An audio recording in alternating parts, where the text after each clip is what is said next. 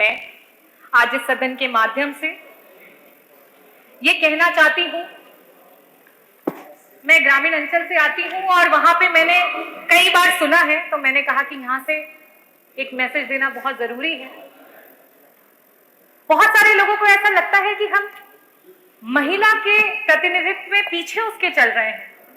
हम कैसे महिला के पीछे चल सकते हैं? तो मैं उन सबको बोलना चाहती हूँ कि हम आपको पीछे नहीं चला रहे हैं। हम चाहते हैं आप हमारे बगल में, हमारे साथ साथ चलें। अल्बर्ट कामू ने कहा था, I don't want you to lead me, I don't want you to walk behind me, I want you to walk by my side. और यही हमारी सोच है और मैं मानती हूं कि इस सदन में बैठी सारी जितनी भी महिला जनप्रतिनिधि हैं उनकी भी यही सोच है। मैं धन्यवाद करना चाहूंगी आदरणीय मुख्यमंत्री जी को कि जिस दिन मॉनसून का पहला सत्र था उस दिन हमें अंदर नहीं आने दिया। मैं पूछना चाहूंगी हमारे पक्ष के विधायकगण से, दिल पे हाथ रख के बताइए, क्या आपको अच्छा लग रहा था यहाँ की सारी सीटें खाली थी? इस सदन की शोभा तभी तक है जब तक पक्ष और विपक्ष साथ में यहाँ पे बैठता है। जब तक पक्ष और विपक्ष साथ में बैठता है तभी तक हमारा लोकतंत्र मजबूत है। और जिस दिन यहाँ से विपक्ष हट जाएगा उस दिन लोकतंत्र की धज्जियां उड़ जाएंगी। और उसी प्रकार से मैं कहना चाहूंगी, रजनी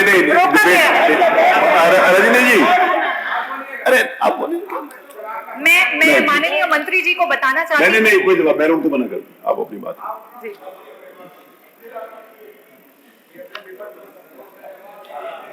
चलिए, धन्यवाद। अगर हो गया हो तो। नहीं सर, नहीं हुआ, अभी तो बहुत लंबा है।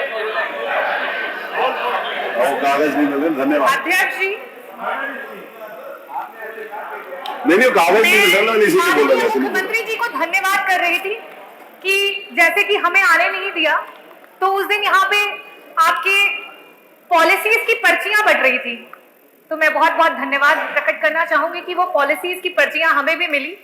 तो मैं उसके बारे में बताना चाहती हूँ। उसमें आपने विवाह के लिए कन्या अनुदान देने का एक संकल्प लिया है। कोरोना काल में बहुत सारे गरीब परिवार अपने बच्चों की शादी नहीं कर पाए। वो गरीब माता पिताओं ने अभी कुछ महीने पहले जब शादी का सीजन था तब वो अपने बच्चों की शादी कर रहे थे। मेरे विधानसभा से ना जाने कितने परिवार हैं जिन्होंने उस अनुदान पे आस लगाए बैठे हुए थे और आज वो शादी को बीते हुए 4 से 5 से 6 महीने हो चुके हैं और आपका अनुदान नहीं आया है। और जब आपके अधिकारी से बात करते हैं तो वो कहते हैं मैडम हमारे पास कोई बजट ही नहीं है इसके लिए। तो मैं कहना चाहती हूँ कि आपकी पॉलिसीज सिर्फ कागजी हैं। उन पॉलिसीज का जमीन पे कोई भी कहीं पे कोई रिकॉर्ड नहीं है। मैं आज कहा गया माननीय मुख्यमंत्री जी द्वारा कि हम अपने जो भी हमारी प्रॉब्लम्स हैं उन्हें बता सकते हैं और एक सकारात्मक तरीके से इस पे डिस्कशन कर सकते हैं। तो मैं आपको ये बताना चाहती हूँ कि मे भी ऐसा हो सकता है कि आप सच्चाई से अपरिचित हो। तो मैं आपको ये बताना चाहती हूँ, अवगत कराना चाहती हूँ और एक रिक्वेस्ट भी करना चाहती हूँ कि जो आपकी पॉलिसीज हैं वो लोगों तक नहीं पहुंच पा रही हैं, इसके लिए एक डेलीगेशन की टीम बनाई जाए। अगर वो महिलाओं के लिए पॉलिसीज है तो उसमें महिला विधायकगण, और आपको जो लगता है कि जो सही रिपोर्ट दे उनको चूज करके आप अपने लोगों की टीम बनाएं, लेकिन कम से कम ये छलावा तो ना दिखाएं कि आपकी इतनी सारी पॉलिसीज हैं जो इतने लोगों को मदद कर रही हैं, क्योंकि अगर हम आज जमीन पे उतर के देखते हैं तो कहीं किसी को मदद नहीं मिलती। मैं मेडिकल प्रोफेशन से बिलोंग करती हूं और मैं आज जो प्रदेश में मेडिकल की स्थिति है उसके बारे में भी आप लोगों को अवगत कराना चाहूंगी। जौनपुर जनपद का जो मेडिकल कॉलेज है उसके बारे में तो कई बार सदन में चर्चाएं हो चुकी हैं कि वहां पे सिर्फ उद्घाटन हुआ है और आज तक कोई काम शुरू नहीं हुआ है। लेकिन साथ ही साथ मैं ये बताना चाहती हूं कि आपकी एक दूसरी पॉलिसी है जिसमें गंभीर बीमारियों में लोग मदद की आस लगा करके रखते हैं। आज मैं इस सदन के माध्यम से आपसे पूछना चाहती हूं, क्या उसका कोई समय निर्धारित किया जाएगा? एक गंभीर बीमारी का व्यक्ति कितने टाइम तक उस अनुदान का वेट करता रहे, कितने दिनों तक उसका वेट करता रहे? सरकार उसका जवाब देगी। साथ ही साथ मैं ये भी बताना चाहती हूं कि गंभीर बीमारियों में कैंसर सबसे ज्यादा कॉमन है और कैंसर की ट्रीटमेंट को मैं थोड़ा सा आप लोगों से शेयर करना चाहूंगी कि उसमें सबसे पहले हम एक न्यू एडजुवेंट थेरेपी देते हैं, या तो वो कीमोथेरेपी होती है या वो रेडियोथेरेपी होती है। उससे हम कोशिश करते हैं कि वो जो कैंसर का एलिमेंट है वो छोटा हो जाए, वो कंसाइज हो जाए, ताकि कई बार ऐसा भी होता है कि वो उससे ठीक भी हो जाता है पेशेंट, लेकिन कई बार ऐसा होता है कि उससे हम उसको डिजीज को छोटा करके बाद में उसका सर्जिकल इंटरवेंशन करते हैं। आपकी जो अनुदान की नीतियां हैं उसमें 6 महीने का समय लिया जा रहा है। क्या एक कैंसर का पेशेंट 6 महीने तक वेट कर पाएगा कि उसका अनुदान आए तब वो अपनी सर्जरी कराए? मैं आज इस सदन के माध्यम से आप लोगों से अनुरोध करना चाहती हूँ कि इस पे संशोधन किया जाए। इस पॉलिसी से जनता की मदद नहीं हो पा रही है, लोगों के पास तक वो मदद नहीं पहुंच पा रही है। थैंक यू डॉक्टर रागिनी, हो गया। गंभीर बीमारियों पर मेरी आंगनबाड़ी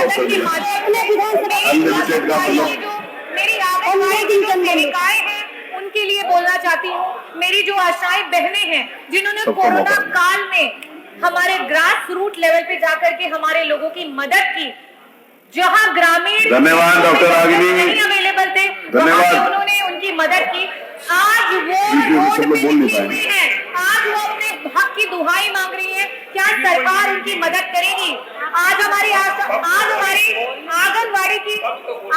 आंगनबाड़ी की जो महिलाएं हैं वो कह रही हैं कि आपकी अरे कंपेयर नहीं करी किसी के महिलाएं ये कह रही है साथ, सारी बातें तो सबने बोलना है ना। महंगाई के कारण उनकी कमर, महबूब जी आप आखिरी तक बैठेंगे। आज जब मार्केट में तेल 200 रुपए किलो है रिफाइंड ऑयल, तो उन्हें सिर्फ 120 रुपए मानक मिलता है। आज जब मूंग की दाल मार्केट में 100 रुपए की है तो उन्हें सिर्फ और सिर्फ 59 रुपए मिलता है। आज जब मार्केट में आलू 20 रुपए किलो है तो उन्हें सिर्फ 7 रुपए मिलता है। आज उनकी मांगों को कौन सुनेगा? कौन उनकी दुहाई को सुनेगा? मैं साथ ही साथ बात करना चाहूंगी NRLM की जो हमारी बहनें हैं, जिन्होंने आपके चुनाव के दौरान आपकी रैलियों में ढेर सारी भीड़ जुटाने का काम किया। आज वो अपनी मांग कर रही है, आज वो अपनी दुहाई बोल रही है, कौन सुनेगा उनकी बातों को? मैं बहुत गर्वित महसूस करती हूँ कि जिस समय भाजपा की सरकार ग्रामीण क्षेत्रों में बिजली कटौती करने में व्यस्त थी, उस दौरान मेरे क्षेत्र से कई सारे बच्चे हैं जिन्होंने बोर्ड्स में 95% अबव मार्क्स स्कोर किए, और साथ ही साथ आपका जो नेशनल एग्जामिनेशन होता है मेडिकल का, उसमें 7 से 10 बच्चों ने उसमें रैंक निकाला है। तो मैं आप लोगों को ये बताना चाहती हूँ और साथ ही साथ ये भी कहना चाहती हूँ, जबकि मैंने पिछले सदन में भी कहा था कि ग्रामीण इलाके के बच्चे कहीं से भी मानसिक रूप से शहरी बच्चों से कम नहीं है, लेकिन आज उनके पास वो व्यवस्था नहीं है। आज स्कूल माध्यमिक हो, प्राइमरी हो, हायर सेकेंडरी स्कूल हो, उनके रास्तों को मेन रास्तों से नहीं जोड़ा गया है। आज जब उनके परिवार वाले, उनके घर वाले उन्हें स्कूल तक छोड़ने जाते हैं, वहां रोड पे उनके एक्सीडेंट्स हो जाते हैं। इस पे सरकार कब मंथन करेगी?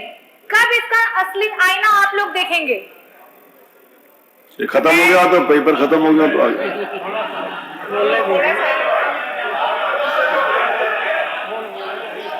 मैं साथ ही साथ बोलना चाहूंगी, ये जीरो टॉलरेंस की सरकार है और आदरणीय हमारे मंत्री जी, संसदीय कार्य मंत्री जी ने कहा था कि जीरो टॉलरेंस की डेफिनेशन ये नहीं है कि कोई अपराध नहीं होंगे। जीरो टॉलरेंस की डेफिनेशन ये है कि सरकार अगर इस तरीके की चीजें होती हैं तो उस पर तुरंत और सख्त कार्रवाई करेगी। लेकिन आज जो मैंने 56 में मांग उठाई उसमें FIR नहीं हुआ, और इस तरीके की बहुत सारी केसेस हैं जिसमें महिलाओं को एक्शंस लिए जाएंगे। साथ ही साथ मैं ये भी कहना चाहती हूँ कि शायद आप लोगों को ना पता चल पा रहा हो और फिर से आप सच्चाई से अनजान हो, तो आज थानों पे सिर्फ और सिर्फ वसूली भाई बैठे हैं और रक्षक भक्षक बने हुए हैं। कृपया करके इसका भी निवारण निकाल दे तो मैं बहुत बहुत आभारी रहूंगी आपकी। Thank you. मैं लास्ट में अपने देश की महिलाओं के लिए कुछ चंद लाइनें बोलना चाहूंगी। आप देंगे, वो दे रही है सुझाव या आप देंगे सुझाव?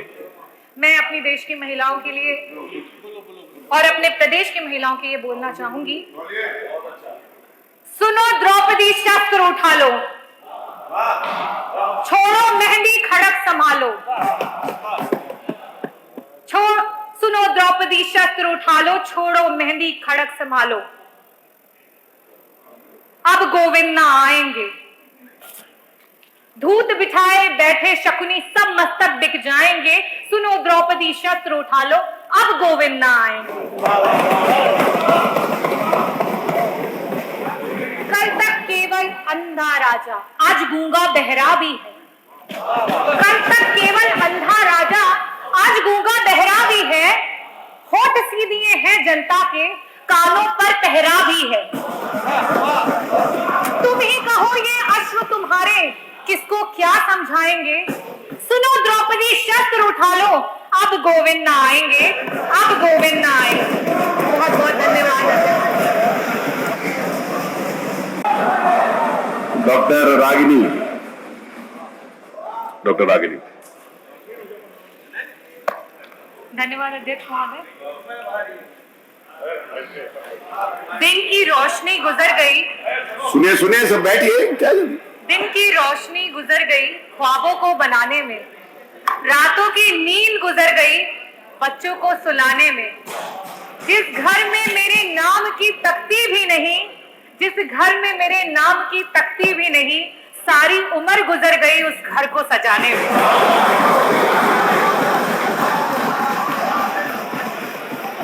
आदरणीय अध्यक्ष महोदय, आज आजादी के 75 वर्षों में पहली बार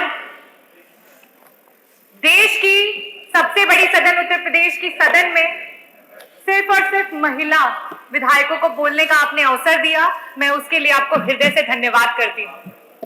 मैं धन्यवाद करना चाहूंगी समाजवादी पार्टी के राष्ट्रीय अध्यक्ष श्री अखिलेश यादव जी का, आदरणीय डिम्पल भाभी का, जिनकी प्रोग्रेसिव सोच के कारण आज विपक्ष में होने के बावजूद भी